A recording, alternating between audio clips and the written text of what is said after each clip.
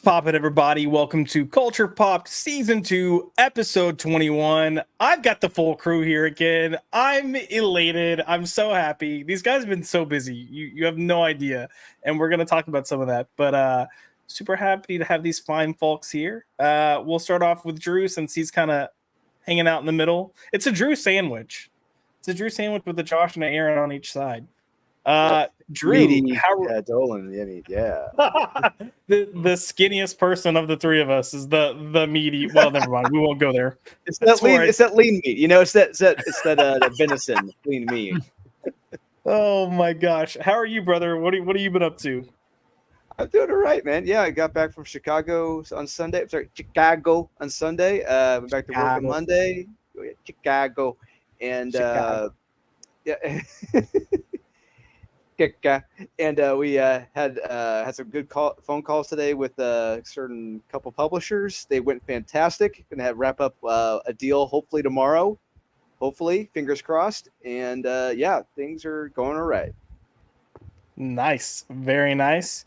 And we have the man, the myth, the legend himself, El Beardo Magnifico, Aaron Sparrow. But wait, because I'm contractually obligated now that Aaron has to have intro music. So, ladies and gentlemen, the Aaron Sparrow. Here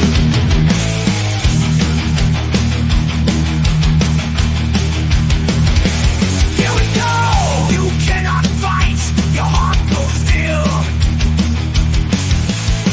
Heroes think they win, but they never will! A feeling so hard that he can't be survived!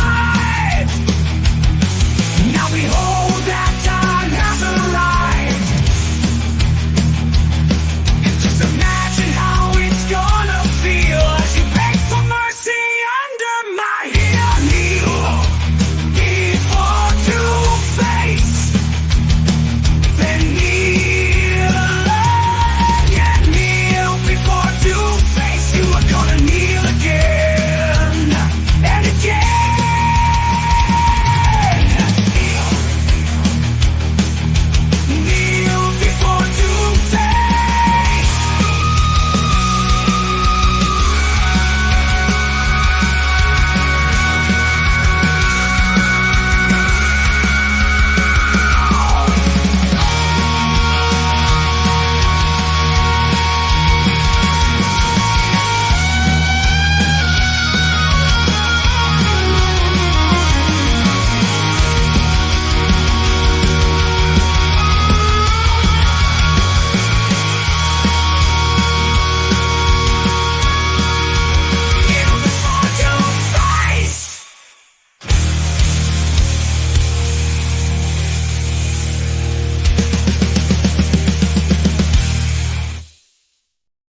Believe it or not, there's a tiny little wizard that lives in Aaron's beard, and he's the one that's shredding on that guitar. So I didn't realize how long the guitar solo goes. Yeah, it goes. It slaps. Well, you know, we gotta do that because any other music that we did for my intro would get me flagged. But yeah, I'm doing well. We're doing really good.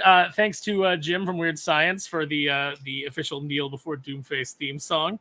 We're getting really close to the campaign launch. Going to be working on the pre-launch page this week and hopefully getting that up so that everybody can.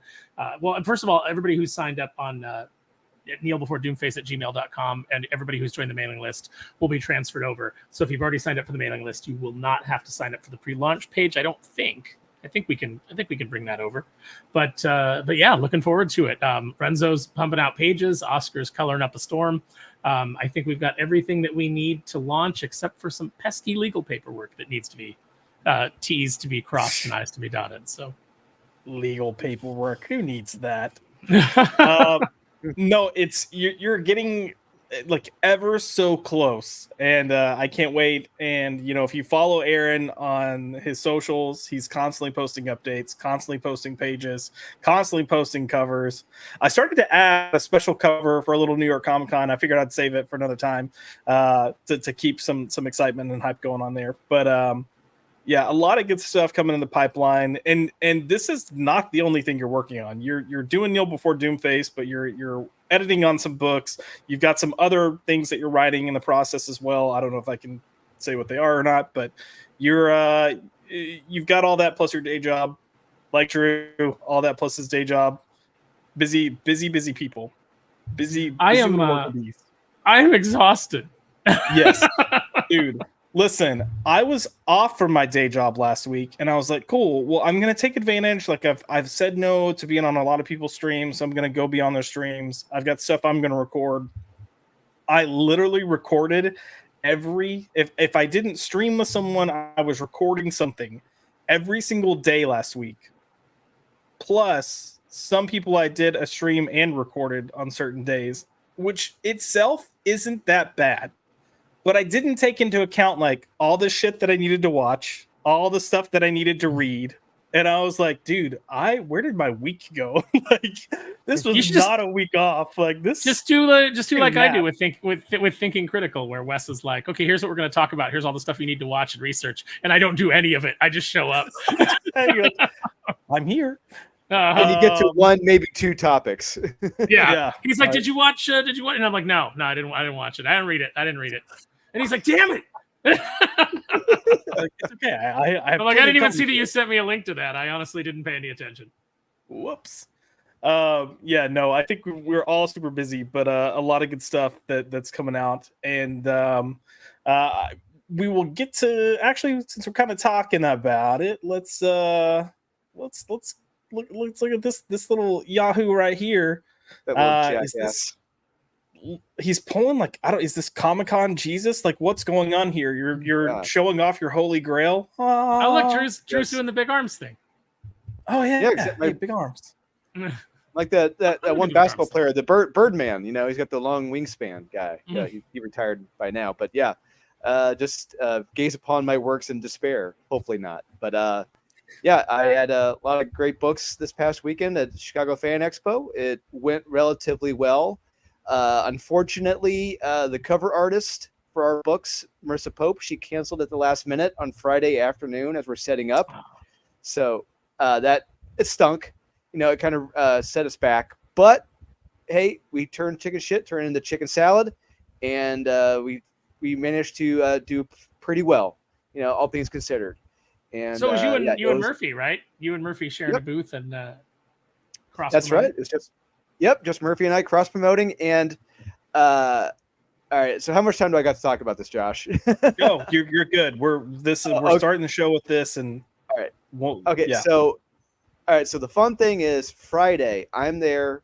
I'm set up, ready to go for the show to open up, and then I see this guy about my age, silver hair, walking up to my booth, just gazing at my stuff. And he walks and he looked at your books too. Yeah, he looked at the books. And then he looked at me. He said, "Hey, you're Drew." I'm like, "Yeah." And he said, "Hey, I'm Jim Zub." I was like, "Wait, what?" And he just came up and said, "Hey, wanted to thank me for all the kind words that we've been giving him online on YouTube, on Critical, on here, and on Max's channel." He was just thanking me profusely, and just we talked for almost an hour about comics, his writing process, working with Roberto, what's coming up. And honestly, one of the best, if not the best, interactions I've ever had with a creator. And he just thanks us profusely for everything that we've done promoting his stuff, saying how great it is, and he really appreciates it. Thanks us profusely. Yeah, he's such a good guy. I always kind of go back to Dallas Fan Expo, but that panel he gave where like he really, you could just feel how much this project means to him. And he got emotional on 2 separate occasions talking about this and just the honor it is, but also the appreciation for the recognition he's getting, not necessarily even across the board, but from people that are like in deep within Conan, like that, that are within Titan, within all this stuff that are like, because he got the Robert E. Howard Award. So for him, it's just like, but he's killing it and he deserves it. And then he's just a good, nice guy on top of it. And they recently announced he's got another 3 years on the book, which I'm excited about, plus spinoffs, plus Savage Sword. And then, you know, whenever he does decide, like, I've told my story, I think I've done what I can, and he takes a step away, I just can't wait to see what else he does. But But he and I both agree. Roberto, I mean, he had done some stuff at Marvel before, but I guess no one really paid attention. It really wasn't the style that we see him doing now. But anyway, we told him, we said he is a superstar in the making. Like a year or so from now, he will be an artist that he will be like with sketch art as one of the top talents. I guarantee it. And so he came by again Saturday before the show started. We chatted again. Amazing. And Sunday, as the show was ending, I knew Jeremy Adams was there at the show, and I went to go talk to him before the show wrapped up. And I was like, "Hey, Jeremy, I'm Drew. I'm on YouTube sometimes with West Thinking Critical." He's like, "Yes, you, yeah." It's like, and he got up. He's like, "Dude, thank you so much for all the kind words you've been giving me and my work." And like, "Hey, man, you're doing a great job." And what was shocking is that it sounded, I mean, for what he said, I told you, it sounds like I'm not putting words in his mouth, but the way it was given to me is that it really sounds like he needs more support from us. Yeah. It really sounds like he's not really getting it. And it really, really sounds like he's not getting that much more work from DC, which is shocking. I often worry about getting support from us, though, because you know, it's like I don't like we want to talk about the books that are good, but when there's creators that we like and that we support, I'm always worried that the powers that be, especially DC, you know, is that actually going to hurt their career because they're going to seem like, oh, the chuds like them, and you know, we know guys like Mark Waid think that they're the sheriff of Comics Town, and you know, who knows what goes on behind the scenes. Now, Wade's stock is certainly falling, and his ability to sell a book or to you know, have a line of people waiting for his signature. But you know that there's you know, the Whisper Network is still pretty powerful. So I always worry, you know, that guys who are not necessarily, like, I don't think, you know, we don't ask that anybody be aligned with us politically. You know, I don't even know that we're all aligned politically. We don't ask that anybody like hold our belief system. All we want is good, solid comics and tales of heroism. And when you have a writer that's doing that, we will support you, but I often worry that our support will actually end up hurting them. Yeah, I mean, look, we personally know some creators who have had some you know, not necessarily direct threatening comments, but comments along the lines of, why have you been on those shows? Why are you interacting with those people? Like, it has happened, which I think is crappy, because ultimately our goal, and it goes back to what you said, Aaron, like, we don't even know if our political, you know, alignments are all in sync. Like, we've got differences here. I mean, we have some leanings that are the same, but just because we have you on our show doesn't mean you have to have our political leanings. Like, if you're going to come on one of our shows because we want to support a good book that you have, it's because we want to support good content. Like, at that point, if you're making good content, I really don't care what your political beliefs are, as long as you're not chastising or, you know, attacking, you know, fans or readers or whatever it might be. Like, if you're going to go and say half your audience, if not more, assholes or, you know, whatever, then yeah, I might have a comment to say. But other than that, like, if you just want to come talk your work, like, let's talk your work. Like, I will fully support that. And Jeremy's doing excellent work. He really got shafted on the Flash. Yeah, he did. And we all got shafted on the Flash. Well, yeah, whatever, we sure did. But he also kind of got the, you know, the shit end of the stick with Green Lantern. They had what, 2 to 3 issues come out, and then they had the break for, well, because they launched Donna DC, and then they had the break for, what was it, Night Terrors. Oh yeah. So it's like the momentum he was building, they just kind of undercut immediately. So, and they've been doing it with Green Lantern now too, which is terrible. It's just, I mean, still with the absolute power, and just it feels like it doesn't belong with the series. Just it's a shame, it really is. Yeah. So at least he's trying. Like, he's really trying to make absolute power work, even though it's interrupting, you know, the arc of his book, like these crossovers often do. You know, he's one of the few people I think that's actually trying to make it work, which is commendable. For sure, for sure. But despite the DC stuff, his Flash Gordon issue #1 recently, really damn good, and I can't wait for issue #2. I've got it, but I have not read it yet. It's sitting right over there. So I've got my stack that I need. Well, I've got I've got multiple stacks, but that's for another time. Any other exciting updates or anything from Chicago that came out? Just the books did well. Gave a couple interviews, and I talked to Jaimin, who does Sigma Comics. I may or may not have pitched him something, but we'll see what it may be. Maybe on the back burner. We'll see what happens. And I think he just HH just launched his crowdfunding for the trade, right? Yeah, and he had a couple of the trades there at the convention, and I got one. And I gotta say, when you have a trade, I don't care what it is, what's in the inside, but if you have actual newsprint on the inside for the paper, I'm sold. I don't care what it is. I'm buying it if it's actual newsprint. And he did that for this. Got me. Nice, very nice. Yeah, good stuff. I'm glad the book sold well. I'm glad you got good feedback on them. And you got a lot of stuff there, man. Like you've got the preview for Unholy Nightmare. You've got the preview for Head Shop. Whoop, whoop. Excited to get that in people's hands. Murphy's there with Damsel. Yeah, you got a lot of things going on, and then it's only gonna amplify once New York gets here. But if you want to check out anything from these guys, there are links down below in the description. So I have the email for Aaron's mailing list for Kneel Before Doomface.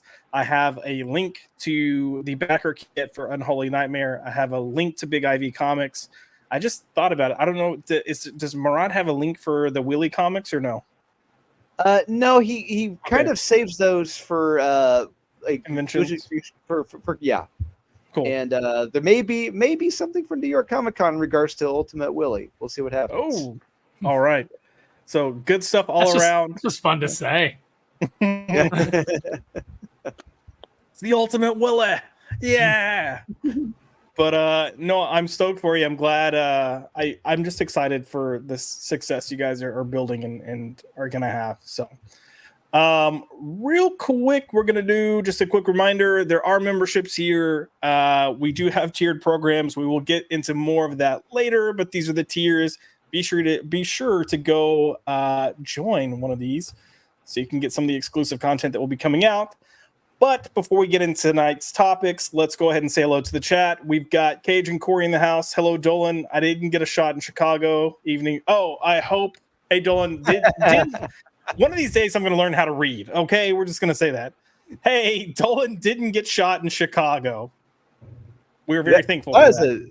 That is a deep pull. That is a Comics Elite joke I did on a video like 2 or 3 years ago when we were at C2E2. I said, when you come to Chicago, do not get shot. And just it's a tall order. Was that? Yeah, it really is today. We got JD Petty in the house. He put my heckling of trash point and laugh post may have earned me a shadow ban on YBZ's channel. Well, JD Petty, you have to make your presence known. So he also said the Kneel Before Doomface song was magnificent. And yes. I do agree. But you know what would make a god tier is if you were still alive, having Lemmy sing it. That would be amazing. I do have an offer though for a cover from one Jesse Blaze Snyder. So we'll see if we can make that happen. Maybe when the animated series launches, we'll make that happen. Oh, there we go. We have Mrs. Sassy Sasquatch in the house. Hey nerds and gays, what's up, Sassy? We have her lovely husband, the Cannoli himself, Cannoli Sasquatch. Hello, people. I was just on Cannoli's channel last night, and we discussed The Crow. So whenever you're finished with this or have free time during the week, you should go tune into his channel and check that out. He does MMM every Monday. Almost said every Wednesday. You excited for that new Crow? No. Hey, I have a question. How come Drew is not on camera? Drew's not on camera, and yet I'm at the bottom where I keep getting blocked by the chats. Drew, there's nothing going on Drew's thing. Not that I really care about being on camera. I was going for like the aesthetic of image, no image, or person, no person. But yeah, you had the point. Drew's demoted. Back of the bus. All right, I got it. Back of the bus, Rosa Parks. All back of the bus and shit. Yeah, that's gonna get me canceled anyway. Oh gosh, I don't even know where I'm at now. We got MVP himself in the house. The gang's all here. The gang is all here. Aaron is also creeping up in the chat with sassy. We have Cage and Corey coming in with 3 months of membership already. I know, dude. It's crazy that we're already in 3 months. It's like flying by. But I guess since you're gonna come in with that 3 months of membership, we gotta get a nice little heroic clip going for you. Bring me Thanos!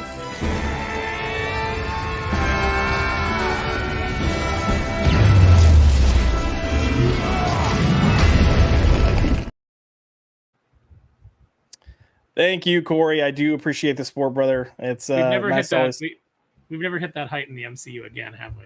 No, not at all. Not the closest at all. is the closest is Avengers Assemble, but that Yeah. Yep. That is definitely the closest. Also coming in with 3 months of membership is the MVP himself, Maxfield von Priestley. Max, thank you. You are a brother, and you're gay. But we won't judge you for that. However, if Max is gonna come get any clip, it has to be this one. Max, I just gifted you a ice cream super sticker. Ice cream, yum.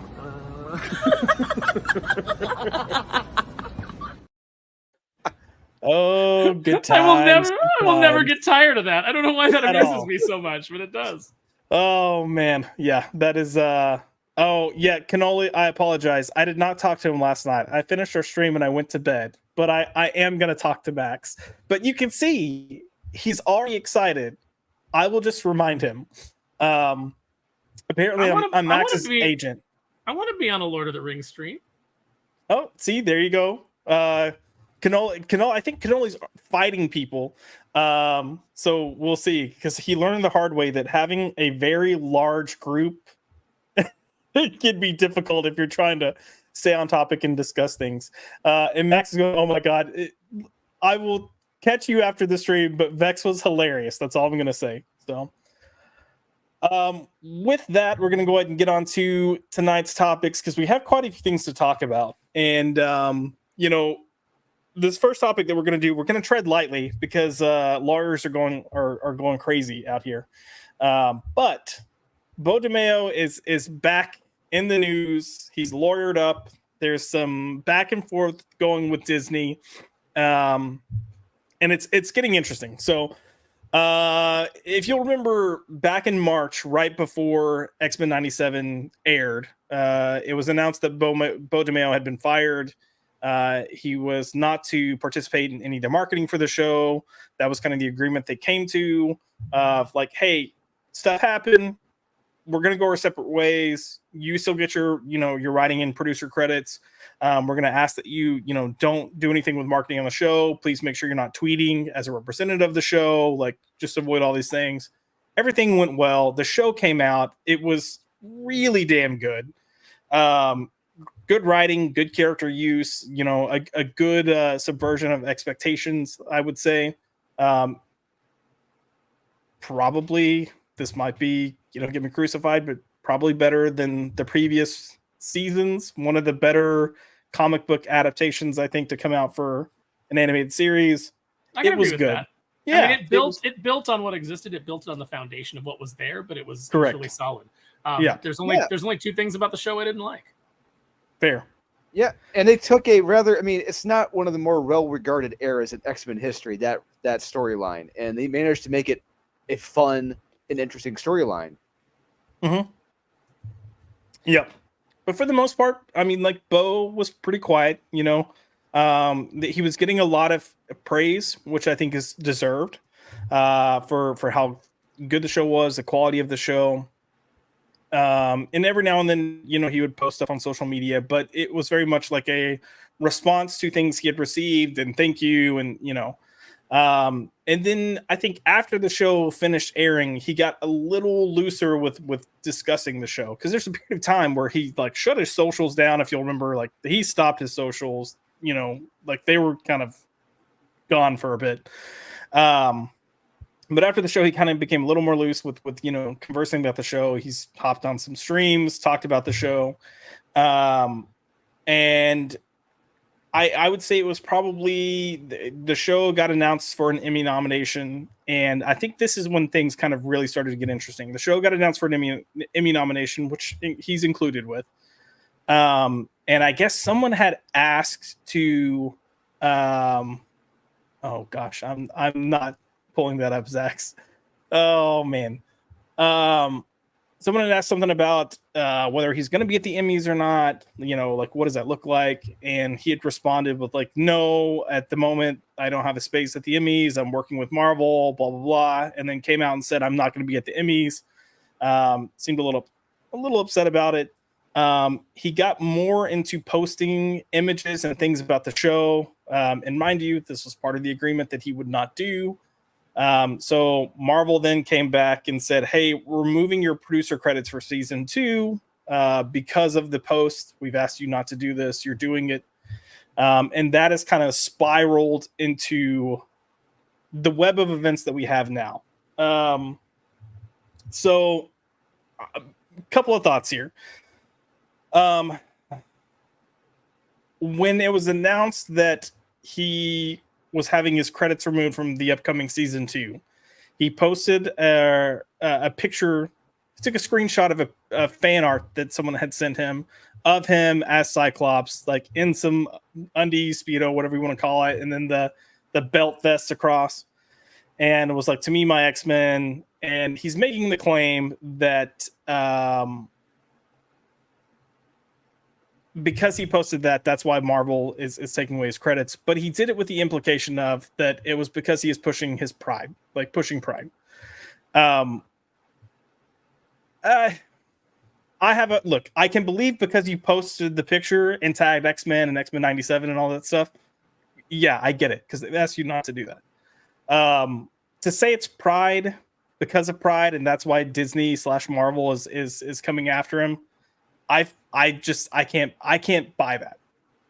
Knowing what we know about Disney, there's absolutely that. It's like, it's such a transparent way to, you know. And look, I mean, I don't know. I can't judge what went on. I guess we'll find out in court, maybe, or unless there's a settlement. But you know, that's just such a transparent tactic to try to play the victim. If there's any company right now who would, no pun intended, bend over backwards for the gays, it's Disney. You know, they want to get that into your children. You know, so what? Why would they fire him for, or why would they remove his credit for a pride post? No, there's way more going on here. And his lawyer statement. Are you gonna read his lawyer statement, Josh? Because it was pretty hilarious. Yes, I gotta pull it up, but I was at least gonna reference it. So we're kind of talking about. We're going to stick with this little piece right here. So here's the thing. And look, if you've been in business, if you've been in the corporate sphere, you have to understand how corporations work. And when you have situations like this, because people are like, well, what did he do? If he did something that bad, then why didn't you say it? In Hollywood, especially, a lot of people will turn a blind eye to a ton of shit, unless it just kind of keeps stockpiling. And then you'll have people that are like, fine, we'll do this. So, you know, we're starting to hear about what some of the accusations are, you know, from different scoopers, I guess I'll say, Snyder. But we have to be honest that the initial thing happened. He was fired. He was fired back in March. And part of the whole NDA agreement that was happening there was that he can't go promote the show.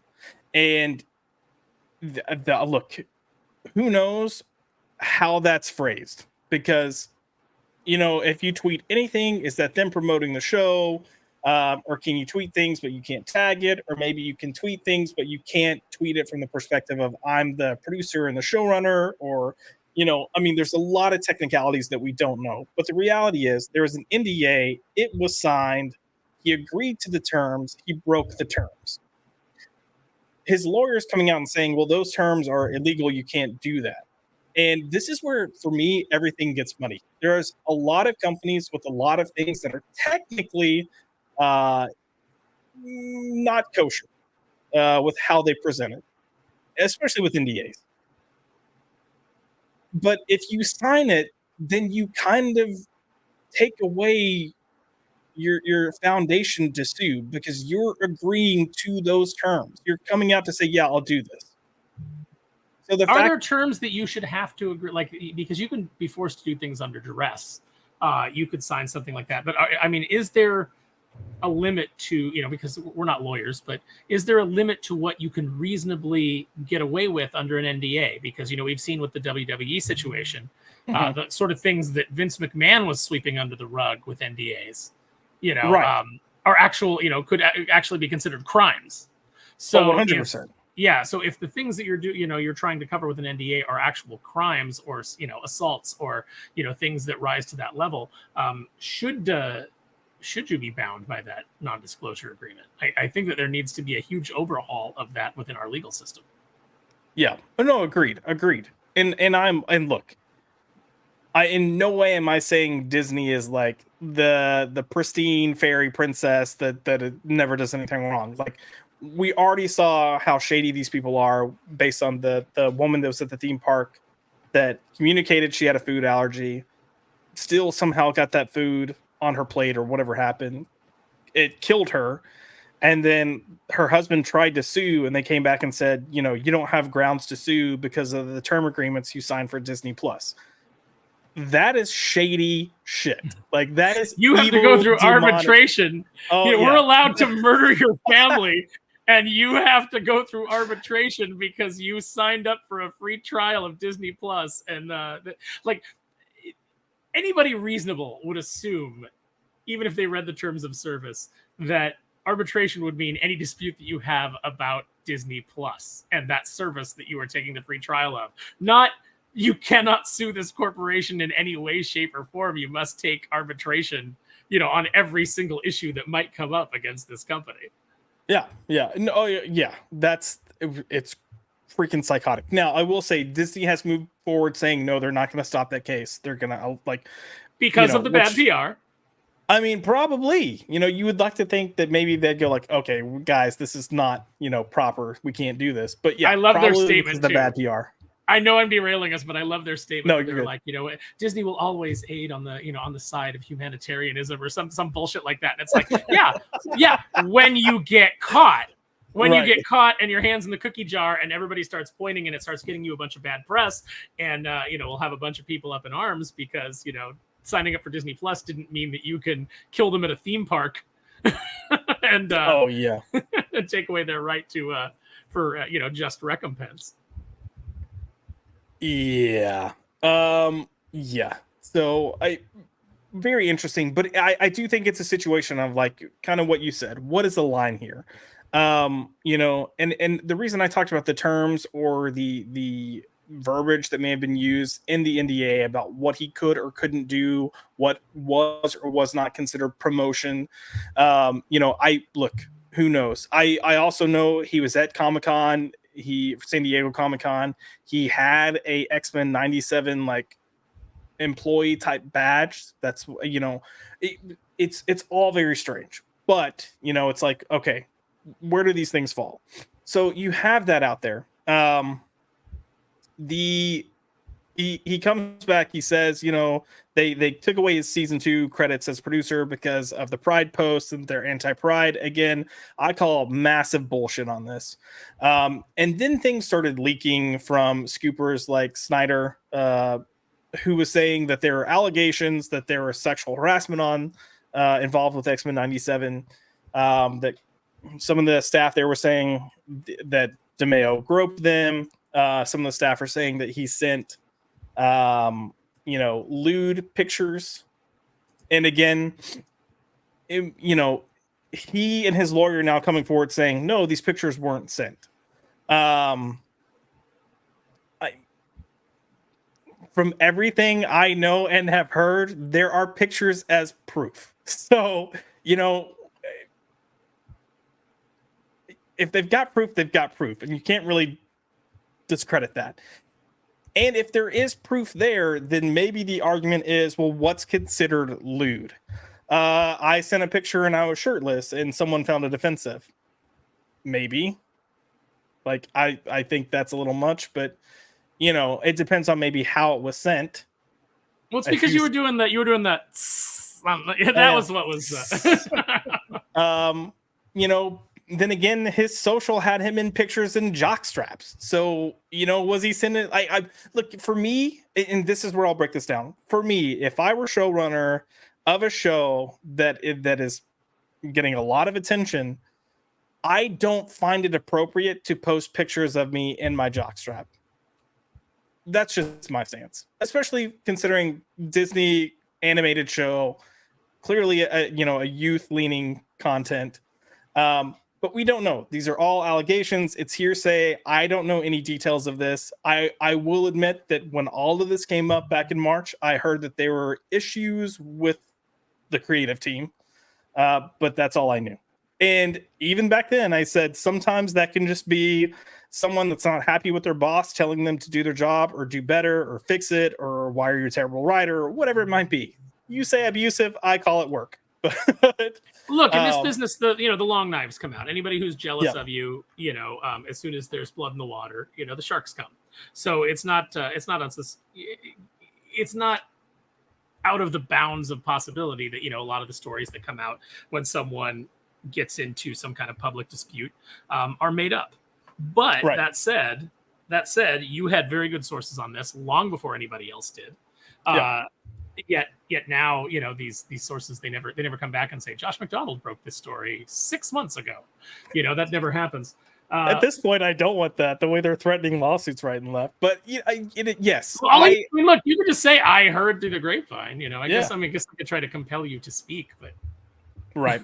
No, I do have. I've got various. Look, when you work in there's multiple things here. Okay, like there are people that I have worked with that have a degree of separation here. There are people that I've worked with film-wise that have a degree of separation here, and then believe it or not, there's a lot of friends that Beau DeMayo and I have in common. Like, when you go to West Hollywood, it's not a very big town. It's a small, big town. Like, everyone kind of knows everyone. And there are people of varying degrees that we ran in similar circles. That's, so there's different aspects that I have information kind of coming in here. But as far as this whole NDA thing, breaking of the NDA, Drew, Aaron, you guys have both had NDAs. If you sign something saying you're not going to speak about something, are you pretty much going to decide not to speak about it? I mean, to the best of your ability, aside from a slip up. No, yes. If there's something that I feel like I need, or I feel I need to protect myself, or I need the ability to talk about a situation if it comes up. Generally, I lived a lot of my life being completely professional. And I was like, okay, well, we had a parting of the ways and we'll be professional, until I find out that you are bad-mouthing me to other people. And then the kids' gloves are off. That's what happened at Boom. Is I was being very professional. I was still promoting the Darkwing Duck book that I launched, that I wrote, that, that they were taking my, giving somebody else credit for, taking my name off, changing dialogue, but keeping the story. I was still very much toeing the line and being the good little professional, until I found out that their marketing guy was spreading lies about me. And then I reminded them that they tried to get me to sign an NDA on the way out the door, and I told them no. And that if they persisted, I would say everything that I knew about the company, every shady dealing that I knew about, I would say it publicly, and I would sign my name to it. So they couldn't make up lies that I was this person in a forum disparaging the company, or I was this person in the forum. I was like, I will put my name on what I have to say. And they called they thought it was a bluff, and they called, and then they found out it wasn't a bluff. Yeah. Drew, do you have any thoughts? Well, I've signed an NDA in the past for work, and I'll just say with my current day job that it would benefit me not to rock the boat if I were to break an NDA. Right. So if I didn't, I would probably be like, yeah, what the fuck, what the hell, I'll say something. But no, right now I can't. I won't do it. Yeah, that's me. Zaxx has a very good question here, just saying, real question, would this NDA likely have been tied to a payout of some kind? So typically, if you are signed under contract for something, you're going to get some type of severance. Even if what you did is quote unquote egregious or sexually egregious, like you're still, because it gets really muddy. It's kind of like hush money. I mean, that's essentially usually what it is hush money. But typically, both parties come to an agreement. This is what we're going to do. NDA moving forward. Now, like in the instances of Drew and Aaron's NDAs, it's like leading up to something coming out. Don't spoil it. Don't ruin it. And this is very much a like, look, we're gonna, understand that people's lives are involved here. We don't want to make a mess of things. We don't want this to be sloppy. So because of what happened and because of the investigation and because of, this proof that we have, let's do this. You still get your writing credits because that's protected by the guild. That cannot be taken away. You're still going to get your producer credits. We're just going to ask that you don't do press. And based on some of these allegations, just to put that, it seems like part of the reason that they didn't want him doing press was at the request of people working on the show. So, it's wild. But let's get to these lawyer accusations real quick. Because, oh my God, are they funny? So first off, you didn't need the apostrophe there, Josh. Just see. Oh, where? Beau DeMayo lawyers up. Oh, well, lawyer's a verb, my friend, in this case. Oh, you're right. Listen, if you knew how fast I was throwing this together. Oh, I know. I just got it because we're both editors. I got to bust your balls. You'll get me on something. It's going to happen at some point. So the first thing we're going to bring up that the lawyer said. So Beau DeMayo's lawyer says the former X-Men 97 showrunner was fired because he was becoming more successful than other creators. Much like the gay pride comment, I'm going to call bullshit. And here's why. Disney needs whatever fucking win they can get. And yes, I understand that this isn't ideal because of the circumstances of they fired Beau, the show came out, people were praising. And look, right, I can separate art from the artist. I have no problem with that most of the time. And I'm fine with that in this case. I have no problem praising the hell out of X-Men 97, talking about how good it was, how much I enjoyed it. But I don't see Disney. I don't see this being like, you're saying you fired him, which means you're going back to March because he was getting a bigger name. He wasn't. Certainly, there's maybe people in the company that were jealous of him. I mean, maybe that's what the lawyer's going to try to hang this on. There always is. Yep. I'm sure he rubbed some higher ups the wrong way. I don't know Beau, and he went on some shows. I think he went on with Zaxx, and everybody seems to think that he came off like a really cool dude. Yeah, he did. But maybe he does. Maybe he did have kind of a swagger. Maybe he did have an ego in those offices. Like, this show that we're doing is so good, it's gonna blow all of you bitches out of the water. And he rubbed some people the wrong way. I mean, that's certainly a possibility. Here's what I'll say. So he's on Gooch's channel, Diabolical Souls, which if you haven't seen Gooch's show, go see it. I recorded with Gooch last week. He came off really cool, like really chill, really genuine. The people that I talk to that know him say the same thing about him. What I will say is I think he's passionate, and I don't think that's a bad thing. I think you need that. And I also think that when you're in Hollywood and you're passionate and you try to correct people or try to kind of steer the project in a good direction, a lot of people don't like that because especially in Hollywood, there's a shit ton of egos. So I could see him coming in and being like, no, we're not doing this because it doesn't make sense for the story, for the character, whatever it might be. And, I'm sure he had a shit ton of pressure to deliver for the show. It's a huge brand coming back. Things weren't really working for Disney. A lot of people out of the gate were cautious. We were part of that crew because of some of the interviews coming out. So I could easily see, him being a little intense. I don't mind that. I think sometimes you get your best work from that. Like sometimes some of the best mentors I've had are the people that are really hard on me. And sometimes, they yell at me and I'm like, this guy's a fucking asshole. And then later I'm like, all right, like I get it, but I can also come forward and be like, all right, we're good. At the same time. Yeah, and I get it. This was me at Boom on the Disney and Pixar stuff. Yeah. I had a very specific vision. I wanted it to be as good as it could be, and I didn't have any time for anybody who wanted to dilute that. Right. Agreed. I could also see, and I'm just going to throw this out there, that, there, depending on what these allegations, how they come out in terms of what did or didn't happen behind the scenes, who was or wasn't groped, who did or didn't receive nudie or lewd or whatever type pictures. I could also see there being, interest between two people, and gay people are very fickle, So if someone was getting attention from Beau and they thought it was something more than it was, even though it wasn't even sexual or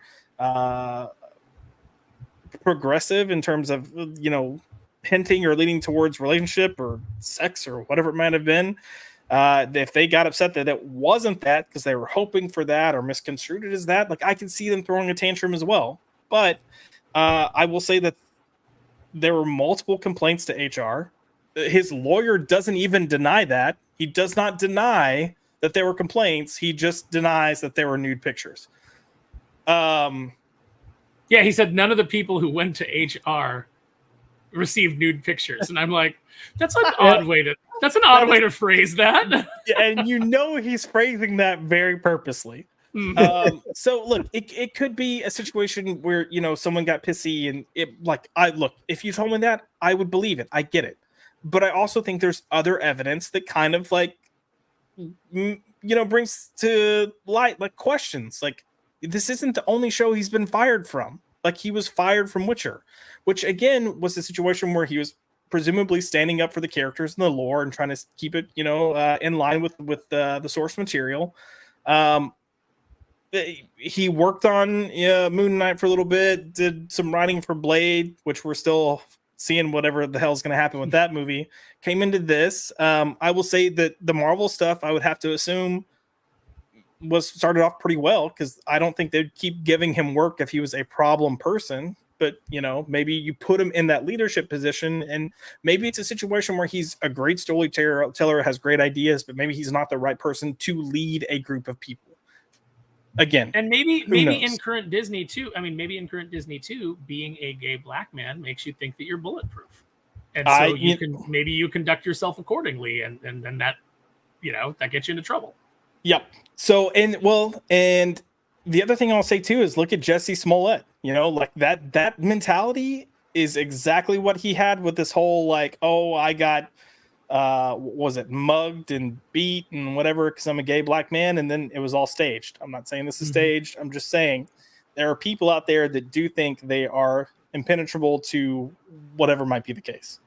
So the other thing I want to read is more from DeMayo's lawyer. But he put, my client never sent lewd videos or photos to his direct reports. That is a bald-faced lie and defamatory. Okay. There was also no one who reported Beau to HR received an inappropriate photo or video. This is simply untrue. As a proud gay black man, Disney knew exactly who he was and what he stood up for. This is the other thing. We talked about the pride of it all earlier, the pride post. Disney knows exactly who he is as a gay black man. So if they're going to make the decision before a show launches to go, we're parting ways, that I promise you they did not come to that easily, because I promise you they're in offices going, this is a gay black man. Well, also, knowing someone is a proud gay black man doesn't necessarily mean that you are going to be ready for whatever behavior that they might engage in. I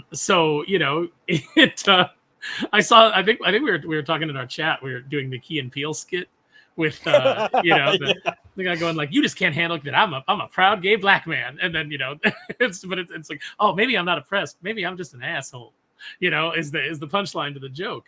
But that could very well be the case. I'm not saying it is. Maybe Beau's been completely wronged here.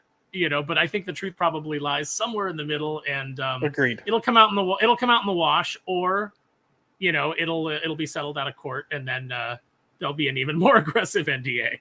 Yeah. Well, so I'm going to continue part of what the lawyer says here. He put they let him be himself, which allowed his creativity to thrive. Which, hey, we saw that fully come through. When they objected to his free speech rights and not complying with illegal NDAs, a certain person over there tried to replace him because he's becoming more successful than the other creators. Yeah, did someone probably try to replace him? People are always trying to throw each other under the bus in Hollywood to make their star rise. It's not uncommon. I believe someone probably tried to make themselves look good at his expense. But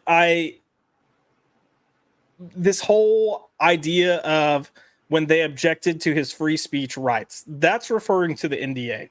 And at that point, like, I'm sorry, but you've agreed not to say, you've legally and contractually agreed not to say these things.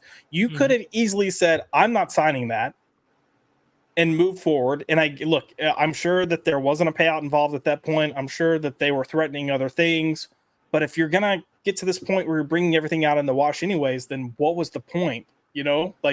But at the end of the day, you agreed to the terms. So it's not, I don't know if you can consider this elimination of free speech. I mean, the lawyers are always going to try whatever they can. They're going to try course. whatever argument they think will win in the court of public opinion before they actually try it before a judge.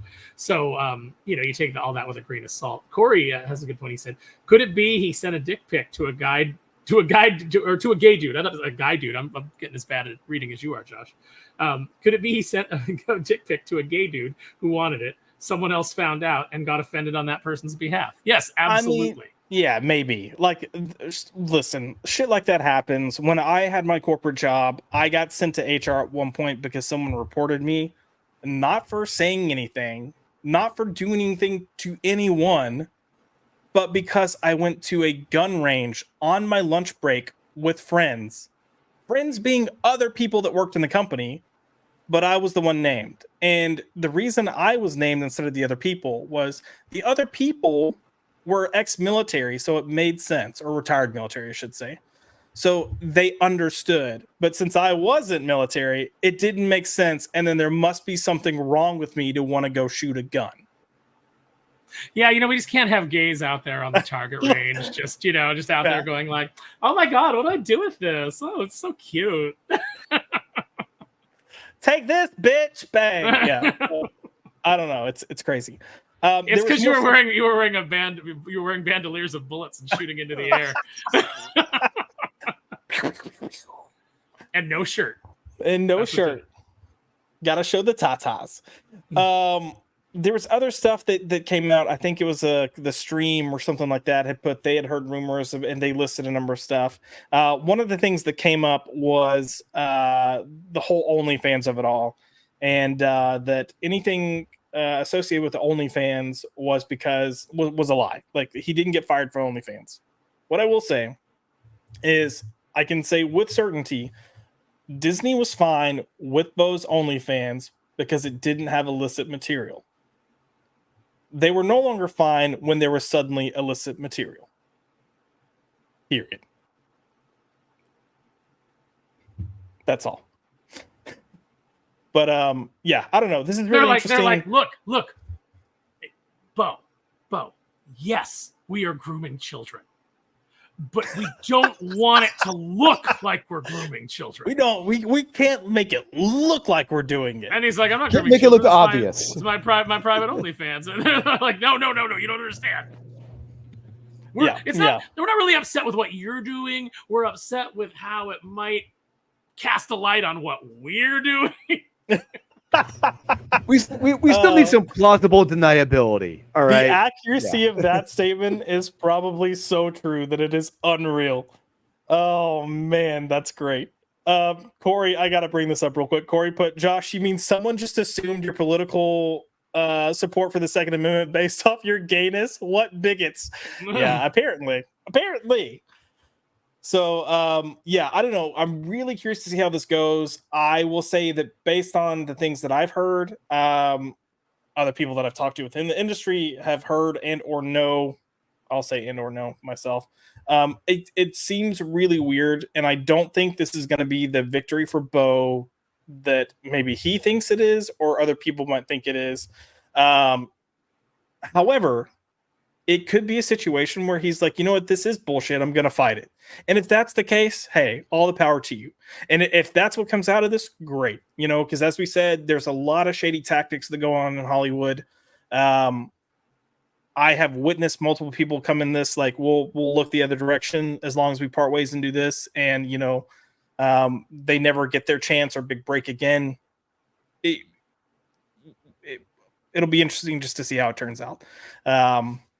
And maybe there's stuff that he's got that hasn't been released yet that'll be interesting to kind of come back on Disney in certain ways. So, you know, there's a ton of possibilities here. I hope that at the end of the day, whatever justice needs to come from this does come from it. You know, like, I think getting fired from a show, I do think that's justice. Like, you know, I do. If I were his lawyer, I would say that they only fired Beau because they needed a sacrificial lamb to look better in their Gina Carano lawsuit. We fired a gay black guy. Come on. Yeah, you know what? There's probably some clout there too. Jesus. Yeah, I don't know. We'll see. I'm sure this won't be very quiet. You know, Beau has kind of talked to Gooch some. And it'll be interesting. Like I said, I keep saying it'll be interesting, but it'll be interesting to see how it comes out. But I don't think it's going to be, like a flawless victory for Beau. I think there's going to be stuff that kind of comes out that maybe doesn't paint him in the best light, but I do think there's stuff that's going to come out to continue to make Disney look bad. And you know what? I am all for that. So we do have a few comments that I want to hit real quick. Let me get rid of those two. Jana Banana is in the house. Hello, Jana. Good to see you here. Sup, boners. And she put, wait, there's pics of shirtless Josh on the internet. Okay, so I was going through old pictures last night for Cannoli stream, trying to find a picture of me with the old Crow poster. And in the process, I found a lot of my thirst traps from when I was younger. And I'm just going to be honest, they're freaking hilarious because they were done with flip phones. So... Ooh. Like, there's nothing sexy about having a flip phone and being shirtless trying to take a picture. So I might post those to Twitter to be like, look, this was me in my youthful shitty thirst days. But look, don't call HR on me, okay? That's the if I post the shirtless pictures on Twitter, do not call HR on me. I'm not hitting on you. I'm just, let's have a laugh. They're just for a point of reference. Aaron came in with, come on now. There's pics of apparently there's pics of shirtless me in Max's wallet. I don't know how those got there. We are friends on Facebook. Maybe Max scoured my Facebook page. And then Zaxx put this when I was talking about West Hollywood is a big, small city, and he put Josh makes being gay sound awesome. No, absolutely not. Just go look at my Twitter page and my Tinder tribulations, and you'll see that's a bald-faced lie.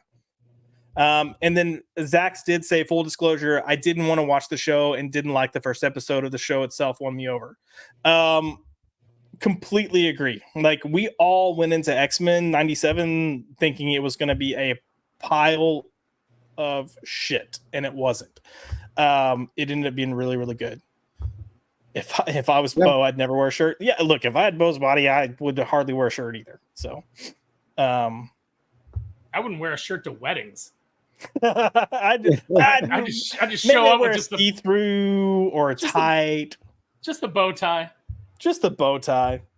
Yeah. And Zaxx, if you have, I don't know if Gooch still has that stream up. I don't know if they took it down or made it private at Beau's request. But if you have that stream, will you post it in the chat? Because honestly, it was a fucking good stream. Beau came on, he took questions. Like, he took a lot of questions, and some of them were kind of like, hey, what's the deal here? Kind of like the non-binary aspect of Morph, and are you teasing like Morph is into Wolverine? And like, he full on was like, yeah, look, that may have been a little projecting, but like, what kind of gay guy, if you're a gay guy, doesn't have an affinity for a straight guy at some point? Like, he 100% just kind of was like very open about things, did a lot of good conversations. So it's worth checking out that stream if you didn't. So Zaxx, if you are still here and have Gucci stream, like go ahead and drop that link. I have pictures of Max's Wolverine, so it evens out. Not in my wallet, but on my computer for blackmail. You better believe it. Although I don't think I was the one that's really bust that out. You got to go talk to Don Boy about that one. Was it just drunk Max with like forks between his this diner, This is young sweetheart Max at like the ripe age of like 10 or 11. So come on, that's not blackmail. That's I don't know. You can find picture of me. You can find picture of me. You can find picture of me as a Gamorrean guard. Probably you can find pictures of me as Darkwing Duck. All kinds of Halloween costumes throughout the years. Listen, all I know is that if Max ever does get married and I'm in the wedding party, watch out, son, because I got some great content of you. Oh, we better be in the wedding party. Absolutely. If not, we will crash that wedding. What's he gonna do? Like invite the guys that he went to war with? Yeah, like like you have real. I mean, Drew. Never mind, Drew. Don't say anything. Yeah. All right, Aaron or Drew, do y'all have anything else y'all want to add on to this before we move on? It's a shame that how this is getting more publicity and notoriety than the actual show itself is right now at this point, which is not too good. But we'll see what happens. I just wonder what the end game is here, because what kind of work is he going to get in the future? Like who's gonna work with him? That's kind of absolutely. What's he going to do? Because obviously he has a passion for this, and it's not like you can just go out and make your own animated show. It's not like comics where I can say I don't care about ever working for the big two in the state that they're in. I'm going to make my own stuff. It's not as easy when you're working on movies and TV shows.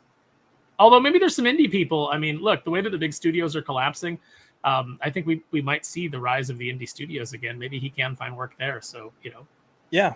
I mean, look, I think it's one of those things that no matter how it turns out, if you stay quiet for a long enough period of time, you'll eventually make a comeback. But, that's on you if you want to work out, wait that long or whatever.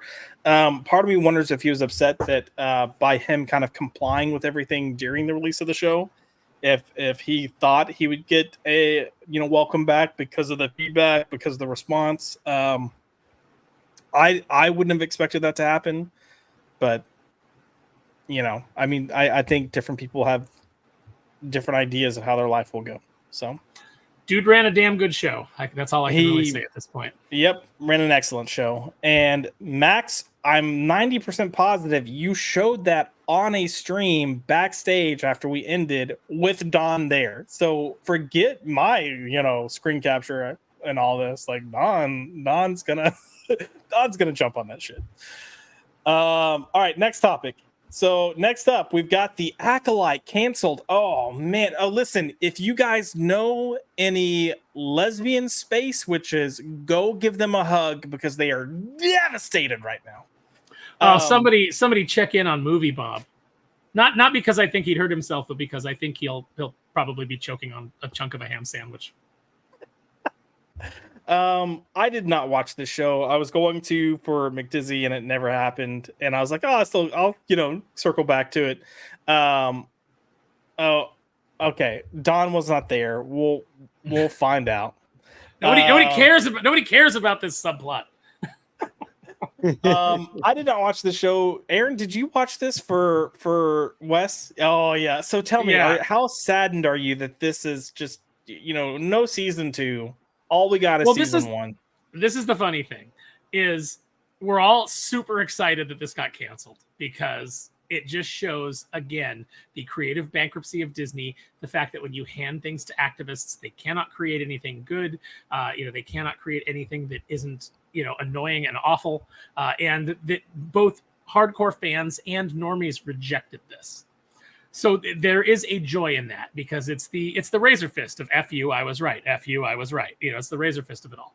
By the same token, if Disney came out tomorrow and said, you know what, you guys are all just chuds and haters, we're going to renew it for a second season, everybody on YouTube would be thrilled because they're going to make money. The only people who make money off of Disney Star Wars anymore are YouTubers. So it's a win-win for YouTubers. It is an absolute all of the 12 people that enjoyed the show are all on suicide watch and tweeting endlessly about how how could Disney do this? They've given into the worst parts of the fandom. Well, let me ask you a question. Are we a vocal minority, or do we wield unlimited power to get things canceled? Because it can't be both. It can't be both. And the fact of the matter is, people like us didn't like the show. We didn't show up for it. I watched 5 episodes, all right? I did it for a patron. I endured 5 episodes of this hot garbage. It's you guys that didn't show up.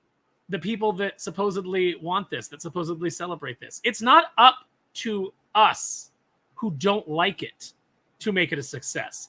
It's up to you. And remember, hashtag there are more of us. Do you remember that? Do you remember when you guys were saying that? There's more of us, and we're the vocal minority. Yeah. Turns out that wasn't true, did it? Or if there are more of you, why didn't you show up? Sorry. This cost $180 million and barely anybody watched it. And most of the people that did watch it didn't like it. And I know that some of you were flicking the bean to shirtless Sith Lord, and that's fine. That's your business. But there's not enough of you weirdos out there to sustain a $180 million train wreck. Yep. I feel like it should also be pointed out that this never reached the Nielsen top 10 for streaming until the final episode aired.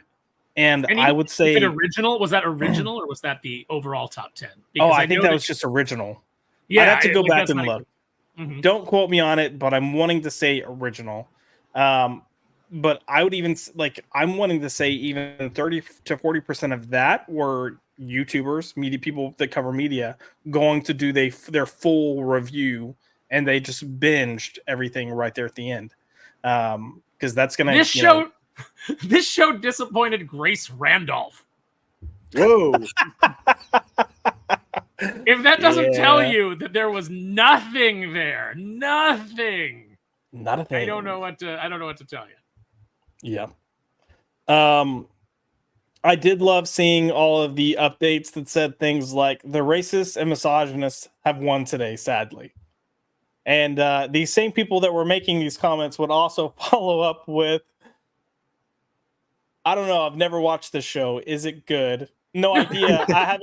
I haven't watched a single Star Wars show. Crying emoji. The person that said I've never watched a single Star Wars show is the same person that put the racist and misogynist won today, sadly.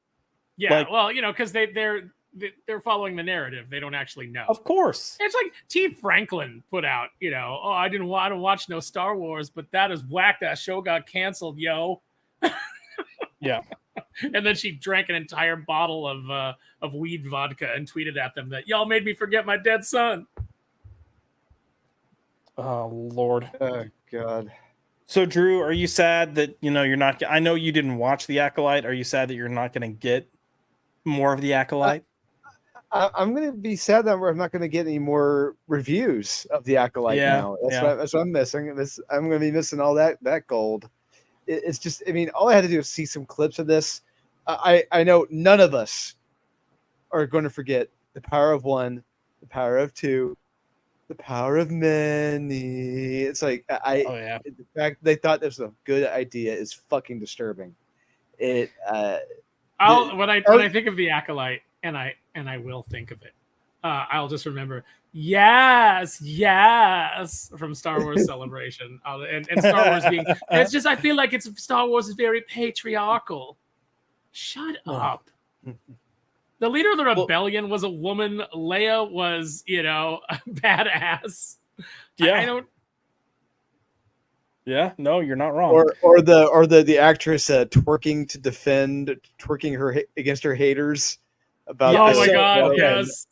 So that's what I'm really sad about. I'm sad that when the season 2 we're not getting, but I'm sad that when season 2 drops, we're not going to get another Amanda Strandberg song. Like, what am I going to do with my life? You didn't even try to get her name right, and I love it. It's Amanda It's Amanda Stenberg. Whatever. First of That's all, how much I care. First of all, I know it's not your fault, Amandla, but tell your parents to F off for sticking an L in Amanda. Amanda, Just, come on. Agreed. Get a real name. We got Cajun Corey here with, oh man, this cancellation is going to make a lot of YouTubers go broke. Yep, sadly. I mean, have we checked on Disparu? Because between She-Hulk not getting a second season and this not getting a second season, I'm worried about him. Listen, Disparu, Agatha comes out next month, so just there you go. Yeah. I'll make sure he knows. We'll get that info to him. The other news that came out regarding film was, hey, Kraven dropped a new trailer last week. Do you hear those crickets? I do too. Nobody's talking about this shit because nobody fucking cares. Did either of you watch the trailer? I didn't know. I was vaguely aware that it came out, but it was just sort of oh, okay, all right. I mean, they're still doing Kraven, huh? Yeah, the problems that were there before are still there. This is a guy that's not hunting animals; he's hunting poachers that hunt animals, so he can protect the animals. It's violent. I mean, it's all CGI blood, but the little red band trailer shows a lot of violence, and I think the only thing that got people talking is Rhino is like a half rhinoceros person. Like his body looks like just rhino skin, but he's got the human part of the face. We should celebrate that. Yeah, sure. I mean, that's kind of the coolest part of the whole. It wasn't inherently. Oh, I don't know, Josh. I'm looking at this poster and I'm thinking that you think this is the coolest part. And I, even as a heterosexual man, I can't deny it. Look at that piercing stare. Oh yeah. He's definitely a looker, all right. Like, look, am I gonna go see this? Of course. Am I gonna like it? Probably not. Will I just try to enjoy the eye candy? Most likely. What if this turns out to be amazing? Oh, I know that that's a long shot, but what if it does? What if everybody who goes and sees Kraven is like, oh my god, that was actually a real movie? From the studio that brought you Venom 2, it's Morbin time and Madam Web. Holy shit, this is actually good, guys. It's Kraven. All of the quotes on the Blu-ray are like, holy shit, this is actually watchable, says the Village Voice. Probably. Maxi Pad can't wait. Are we going? Are we going, Max? Are we doing it? Are we Madam Webbing? Are we Amanda Stember? Are we Madam Webbing this bitch? I think that's the plan. I think that's when Maxi Pad's making his return with his crew. So maybe we could see it with Soups. Oh God! Oh dear God! Did he watch the trailer? You know what? I'm sure he did, and I'm sad now that I didn't think about looking that up. I would say it's never a good sign when you drop your trailer and it no one says a word. So, Cajun Corey is like, he's going hard in the paint against me tonight. He's mad that I wasn't here the last few weeks. He's got to get it in. He's excited to have you here, so he's like, yes, let me get my sparrow. We're gonna go. The answer is a little of both, Corey. Yeah, I think that's true for all of us. We've got some comic book topics real quick that we're going to cover. So I guess first up, this is more of kind of a logistics thing, but DC Comics a couple years back decided they were going to be different and they were going to release their new comics on Tuesdays instead of Wednesdays. Wednesdays have for years been the new comic book day. Everyone was aligned. New comics came out. Everyone was happy. And DC was like, screw you guys. We have new distributors. We're coming out on Tuesday. Thinking, I guess, that people were going to come in and just spend all their money on DC instead of waiting to see what came out from Marvel or the indies the next day. Drew, how well did this work out for DC Comics? Well, let's just say so far it's not working out too well for for DC. Apparently, a lot of those sales haven't helped. It's kind of backfired, if you will, for DC. You know, having that little let's just say head start. No, hasn't helped at all. Now, did the Tuesday backfire for DC, or did hiring doing more Tom Taylor stuff, more Cy Spurrier stuff, more Teenie Howard, more Kelly Thompson. Is that what backfired for DC? Because I would say that's what backfired. Yeah, I would say that was the first backfire, but this was the double backfire on that. So one led to the other, and it has resulted in more negatives than positives with DC. Mm-hmm. I've heard shops are mad because it was like people were coming in 2 days a week, and they were making a little bit more money than just them coming in once. So I was hearing the opposite. I was hearing that for the most part, people were just coming in Wednesday. Now, I think if you lived maybe in metropolitan areas, if you're like a Golden Apple Comics, maybe you were seeing that. But a lot of these places, people travel to their comic shop, and they're not going to take 2 trips to go to the comic shop. Like that's gas getting wasted. And it was to the point that my LCS, when DC started doing this, they tried putting the books out on Tuesday, and they were getting 5 or less sales of people coming in being like, oh yeah, I'm here to get these new comics. And then everyone else came in on Wednesday. So at that point, they're like, screw this. Like, we're doing twice the work because we're setting up new comics for Tuesday and then readjusting everything for having this week's new comics with everything. So, yeah. I mean, what does DC publish that's worth going in a day early for? That's the big problem. Is you could make that Tuesday move, but what are you putting out that makes people have to go to the shops? And the answer is nothing. No, I mean, the only thing, because when Tynion was on Batman, they were doing this Tuesday strategy, and people were wanting to get those books. But even then, a lot of people weren't going into the shops on Tuesday. They were going in on Wednesday. I think you might have had your speculators going in on Tuesday to be like, oh, I've got to get this book. But I mean, I know a lot of LCS owners that were kind of hip to that and were wise and weren't selling it at that point, unless you had it on a saver. So, and the only thing worth going in for is Jeremy Adams. Yeah. So I mean, and some Joshua Williamson. I don't want to, he's doing some decent stuff. And anything Dan Moore is drawing, but is that stuff going to sell out on Tuesday? No, it's going to be there Wednesday when you go in to pick up, your couple of independents and then to laugh at whatever Marvel put out. Yep, pretty much. But yeah, I think that they found that this didn't give them the bump that they were hoping for in sales, because they literally thought this was going to give them I want to say their original projections were saying like 15. They were hoping for like a 15 to 20% bump in sales. That shit didn't happen. Based on what? Just being a day early? Well, yeah, but based on the fact that people were going to go in because they were worried they're going to miss out on their DC books, and they've got their budget that they're spending for the week, and then being like, oh, I'm going to get this, this, and this, but not having the other competition there to try to pull their money. So they're like, oh, I'll go ahead and get this too. Again, a fundamental misunderstanding of the customer base that they have been serving for how long now? And you guys still don't know how comic buyers are?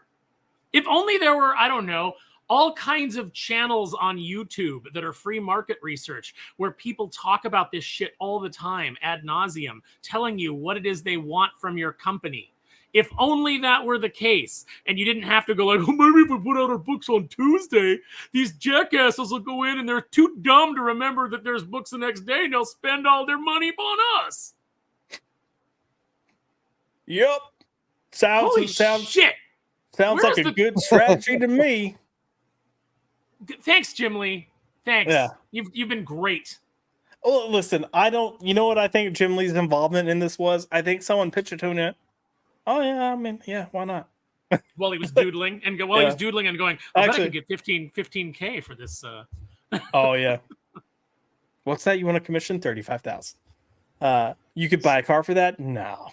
What are you just packing in that golden parachute? He is just getting ready to pull that cord. Yeah, I mean, he knows that the time is growing near. Yeah. Looking to the Marvel side of things, I feel like we have to kind of follow up with From the Ashes, because X-Men is here and it's gonna save us all. And Drew, how many of these books have been good? Oh, One. Yeah. I think One-ish. barely. We got one-ish, barely one. Yeah. It's shocking. And it was just NYX, right? Absolutely. Every time. I mean, who would have thought Dumb and Dumber saving the day? Never would have thought. So, Drew, you were at Chicago Fan Expo on Friday, so I filled in for you on Max's comic shop conversations, and you're welcome. And I legitimately, there was a moment where I was just legitimately pissed off. Like, I was so fucking mad, and I was like, I don't even want to be here anymore. I don't want to talk about this shit because we talked about Gotham City Sirens, X Factor. Yep. And we followed X Factor up with X-Men #2, which, believe it or not, is worse than X Factor. In my opinion, we all pretty much agreed on that one. And then I feel like he mentioned something else, and I was like, Max, I swear to God, we have to do a good book. Like, I'm losing my fucking mind over here. Like, I'm ready to rage quit. I'm so mad that I'm here. Like, oh.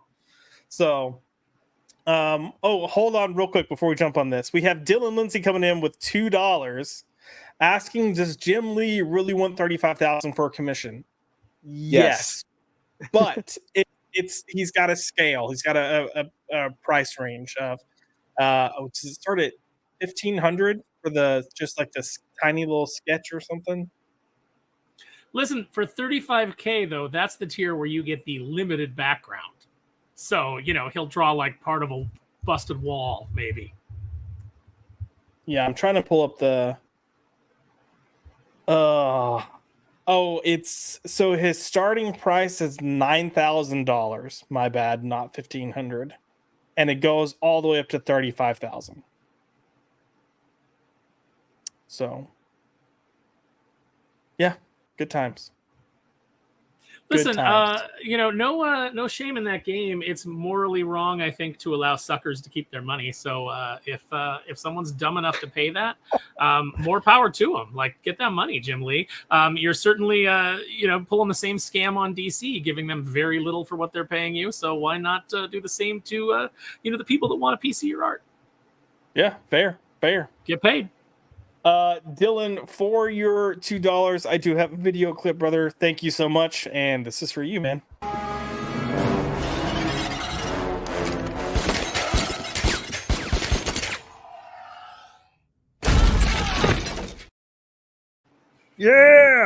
Yeah, it's Colossus.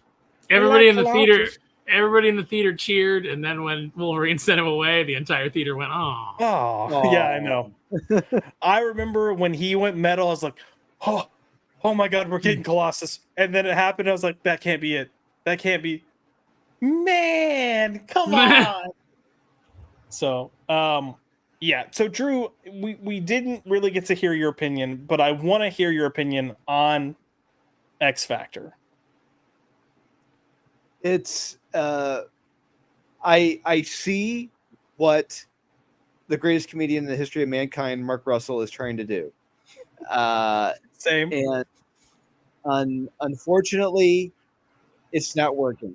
He is not fucking funny at all. I mean, the movie The Stupids is funnier than his fucking comic book. I will watch The Stupids on repeat for 2 days before reading X Factor 1 or 2 again. Someone needs to stop him from making jokes, or he needs an actual comedian telling him, "Hey, this does not work." Or I mean, it's mathematically improbable to be this to consecutively get these jokes wrong in a row without making one funny joke. I don't get it. I don't understand how he keeps getting these fucking chances. How all these morons keep getting these chances and they keep blowing it. It's blowing my mind. Because it doesn't matter, Drew. Nothing matters. Like it's like they're cheap enough, and they just move them around. Like we keep saying, deck chairs on the Titanic. It's like, hey, DC's new initiative. Guess what? Were you indifferent to Tom Taylor on Nightwing? Well, now Tom Taylor's gonna be on Detective. Aren't you glad? And it's like, Being no. different detective, yay! Oh. It's like, all right, fine. Like, like there's nothing exciting about moving Guy over to here, unless it's a good writer, unless it's a writer that people are excited about. So, it's like, yeah, oh, bummer, they're taking Jeremy Adams off of The Flash, but they're moving him to Green Lantern, so at least Green Lantern will be good.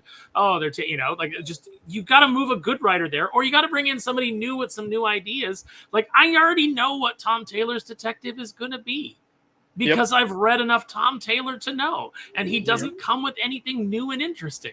So it's just going to be another big bag of bullshit, and you're going to tank sales even further. And, you just are not going to be able to get him back, but who cares? Because Jim Lee can get his golden parachute by drawing a $35,000 sketch for a couple of dentists. Yep.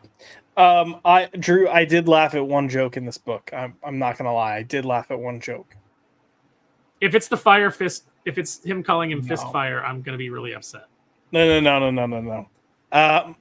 It was where the Broderick guy, the guy that's like the agent, the manager that's pulling this all together, and like ratings are going to be great. It's when they're at the red carpet and you have the protesters and they're protesting, and then like they start throwing stuff, and he makes a comment to them and they throw an insult back, and he's like, "Oh, go open a soup kitchen." Like, I legitimately laughed. Like, I'm not going to lie, but that was it. That was the one little chuckle I got, because I want to go yell, "Oh, go open a soup kitchen" to some libtard now. Like, I just, I don't know. But yeah, not a good book. And surprisingly, somehow, still better than X-Men #2, which X-Men #1 I thought was at best. Like, and I was really kind of annoyed with the whole beast of it all. And like, all right, yeah, I get it. Okay, stop talking. And then we get to X-Men #2, and I'm like, you know what? I take it back. Give me fucking Beast, because that was way better than whatever this shit is. With Cyclops constantly being like, oh, I'm with like 2 incredibly dangerous women with really large swords. Oh, like his mind powers are good, but yours are mind powers of steel, or psychic powers of steel. Like, you've got mind powers, I've got brain power. Ugh. It's like it's dinner for schmucks level of stupid. Yes, that's what they got right there. I mean, what did you guys think? What did you guys expect, though? Jed MacKay has written one moderately okay comic book in his entire career. Moon Knight.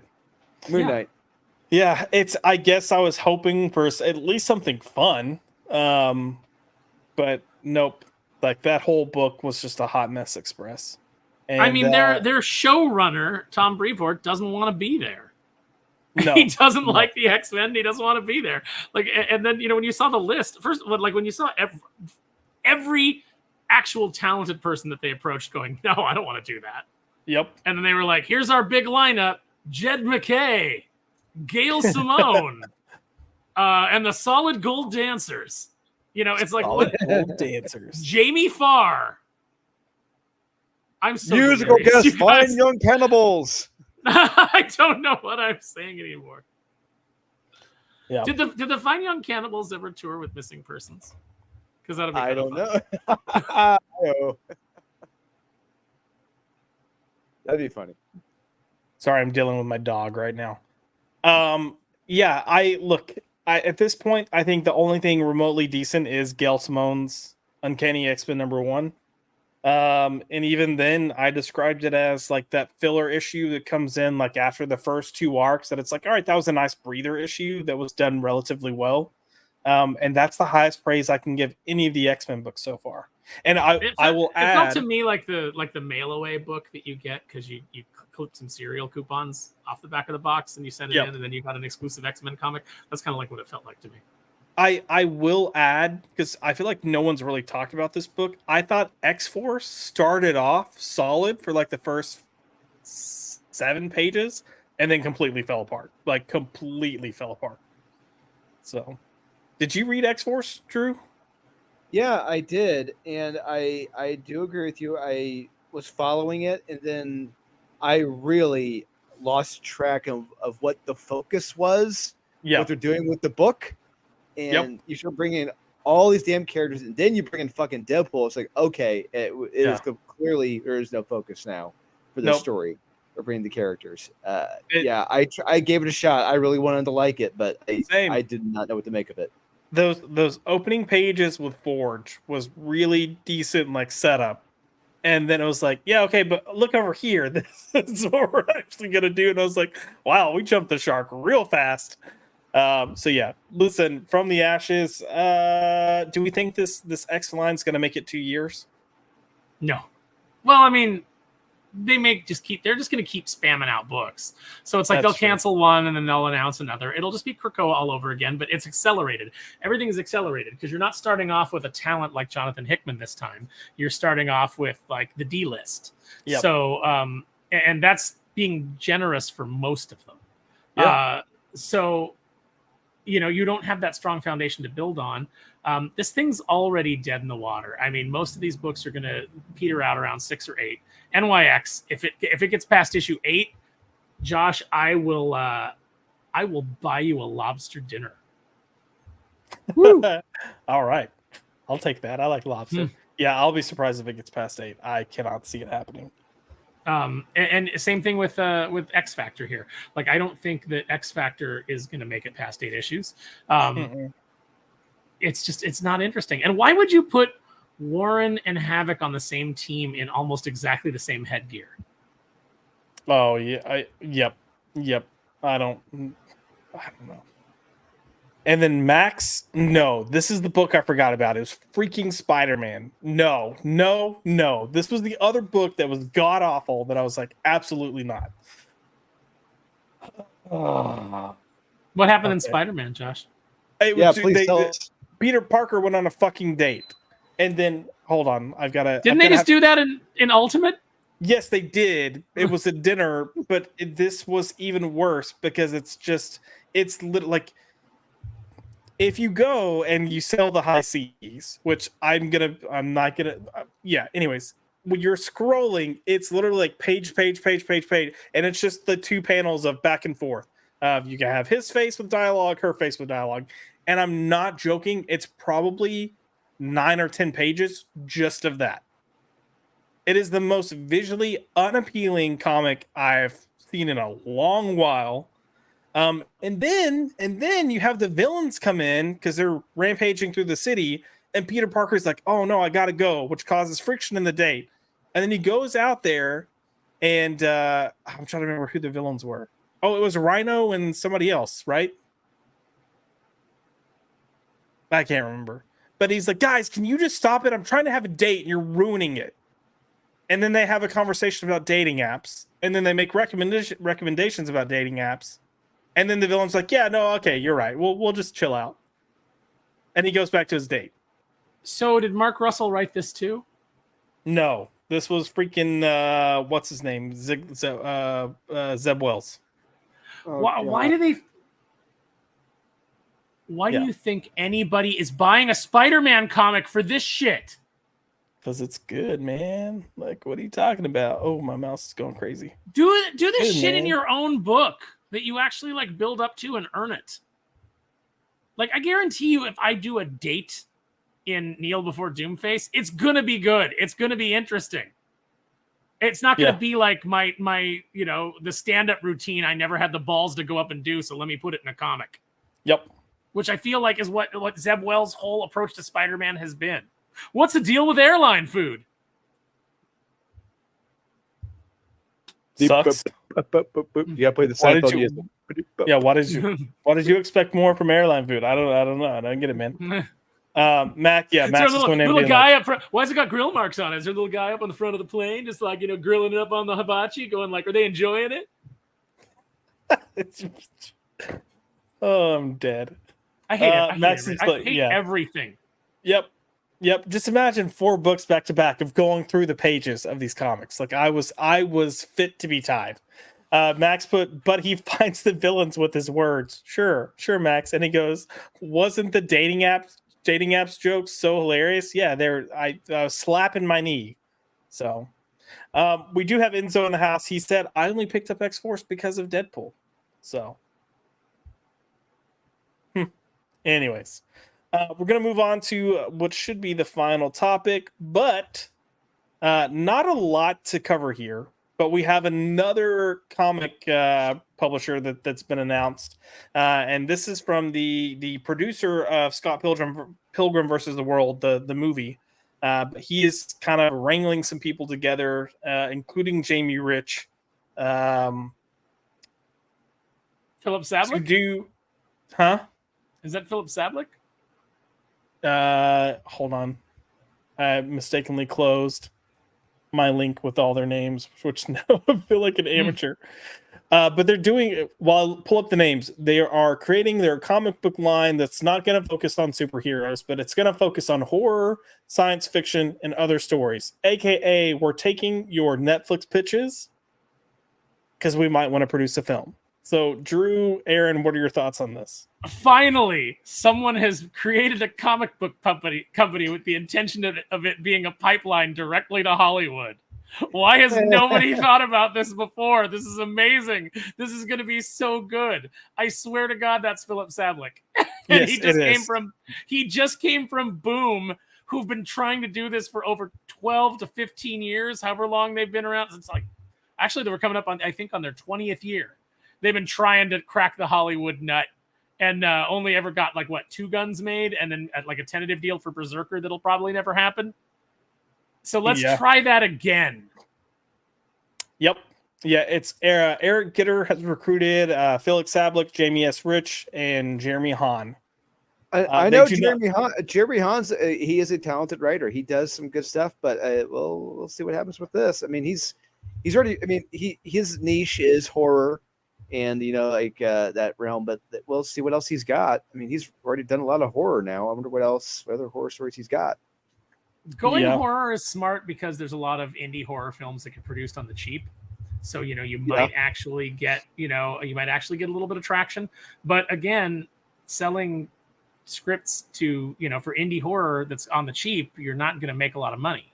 So, I don't really know what the play is here. I feel like this whole idea is played out. I feel like these guys are just going I've got a different idea. Oh, it's the same idea. I just I don't know that we need another comic book publisher that's just trying to get into Hollywood, especially with Hollywood burning to the ground right now. Oh, especially with comics burning to the ground right now. But you've got 2 massive dumpster fires going on at the moment. So I look forward to being at their panel where they put Chumbawamba up on the screen and play Get knocked down, we get up again. By the way, Drew, has Aftershock announced anything since that panel? Nothing. Oh my God. They are still if you open a previews catalog, they are still reprinting all of their old trades. That's pretty much what it is. Lord. Also, for those of you that don't know, Jamie Rich was the editor that stepped in after Tom King got Mark Doyle. Was it Mark Doyle? Oh, yeah. Fired. And so the whole wedding and everything that followed after that, Jamie Rich, folks. Jamie Rich. Also, didn't Jamie Rich jump over to IDW? Sure did, and be in charge of everything, and then quickly left. Yep, but then was still terrified to say anything negative about Heather Ontos. Had to praise her on the way out. Just being a fantastic editor. She's so good at what she does. So good. Drew saw her this past weekend too. Yes, I did. Quite a few times. Yeah, she was right behind me, and couldn't miss her. Holy crap! Jeez. Yeah. He kept turning around and winking at her, "Hey, what's up, girl?" Okay. To be perfectly honest with you, I had gone to the Olive Garden earlier. I kept held up the bags, be like, "Hey, hey, you hungry?" More breadsticks, Alejandro. I would have had a little boom box because I'm old like that, and I would have played Kelly's Milkshake the entire time. No, see, you know what, Josh, we could have collabed on that. I would have come in with a diss track rap. I'd be all, yo, listen, all those milkshakes got you thicker than a dairy cow. That 666 on your shirt, that's what you weigh now. Oh my god. So I have real quick after this weekend, I have even less respect for her now because so she had a booth there and everything. She wasn't even there for setup. She had set up nothing in her booth, nothing. And She had like a toady, like a minion. It was some lady or some old lady setting up her stuff, and it could have been maybe. I felt you couldn't get your fat ass up here to set up your own damn booth, and you couldn't get your fat ass to tear down your own damn booth. At the same time, it is ridiculous. You think you're that level? You think you're that level of the talent? You think you're Bill Murray on fucking Groundhog Day, and it's like, did she just refer to herself as a talent? It's just it's ridiculous. Well, this is the thing that drives me nuts. Is like, well, I mean, it doesn't really drive me nuts because I don't really care. I don't really give a shit. But she's an editor. Like the idea of going to a show and having a bunch of books written by other people that you just edited is insane to me.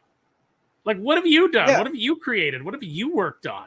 Like, I mean actually, like, you know, put your blood, sweat, and tears into, because I've seen like a lot of the stuff that she's edited. And she's asleep at the wheel. Yeah. Hey, you know IDW's more power to her. Congratulations on all the clout in the comic book industry. Hey, IDW's making it off Star Trek. Yeah, they're on their way. That's a hot property. I feel like I just turned into Chris Parnell. I'm like, that's a hot lead. Hot pocket. Oh Lord! All right. Well, it's funny because that was a joke about cat shows. It's kind of fitting. We are reaching our 10 o'clock hour here. 11 for Drew. Much earlier for Aaron, but Aaron's got a shit ton. I think we all have stuff to do. We're gonna go ahead and start wrapping things up. So I will turn it to you guys for some final comments, and then let us know where we can find you if we want to find you, and we'll go down the list. But we'll start with Aaron. I don't know. I'm on Twitter or whatever. I'm on Twitter. I'm on Instagram. You guys come talk to me there. Like I'm on Thinking Critical. I'm here most Tuesdays when Josh does a show. Sometimes he decides not to. Sometimes I'm on with Max. I don't know. You guys, I don't know. Who's left on the chat? You guys know where to find me. Drew, where can people find you if they want to find you? You can find me on Facebook, Dolan Waddick. You can find me on Instagram, Dolan_Waddick, and you can find me much like Aaron. You can find me on Thinking Critical. You can on Saturdays. You can find me here several days out of the week, and you can find me on Maxfield on Priestley's channel on Fridays. I'm actually probably not that far from you being able to find me face down in a ditch. No. I mean, I might make it there someday. Not of my own choice, but you know. Like Aaron, move over. Aaron, I'm drunk too. Stop hogging the ditch. You think you own the whole ditch, so you don't. See, Mark Russell, that's how you write a joke. Yeah, so real quick, just a few announcements for the channel before we close out. But coming up in September, we got a lot of good stuff heading your way.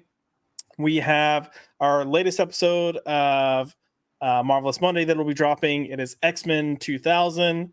This was a fun thing to kind of review and discuss. A lot of conversation about Mystique. I can't imagine why.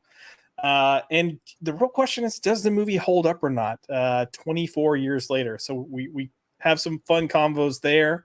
But nothing steals the show like Sabretooth's eyebrows, and that is all I will say on that.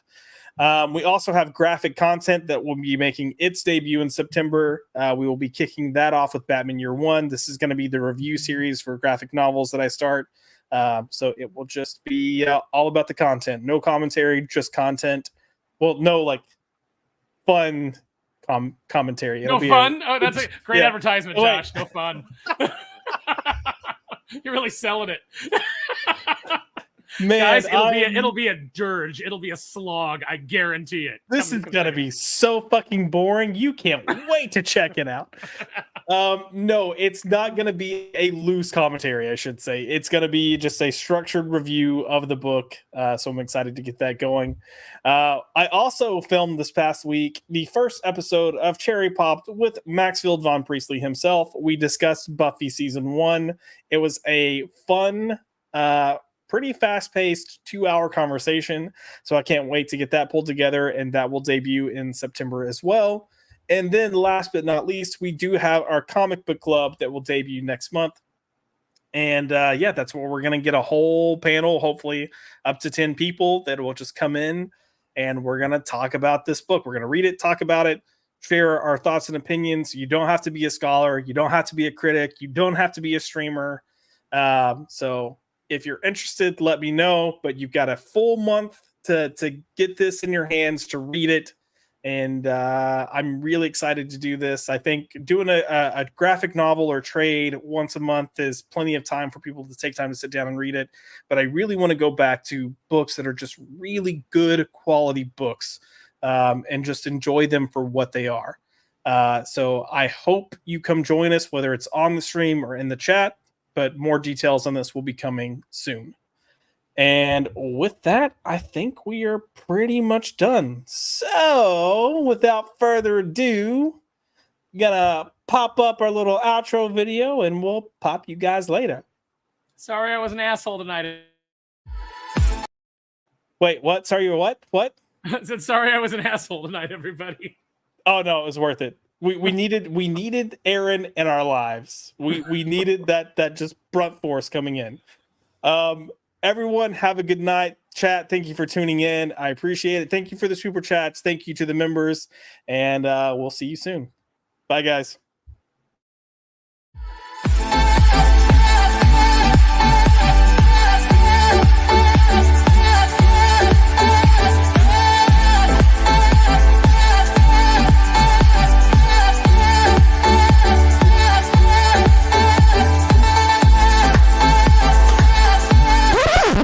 Get the fuck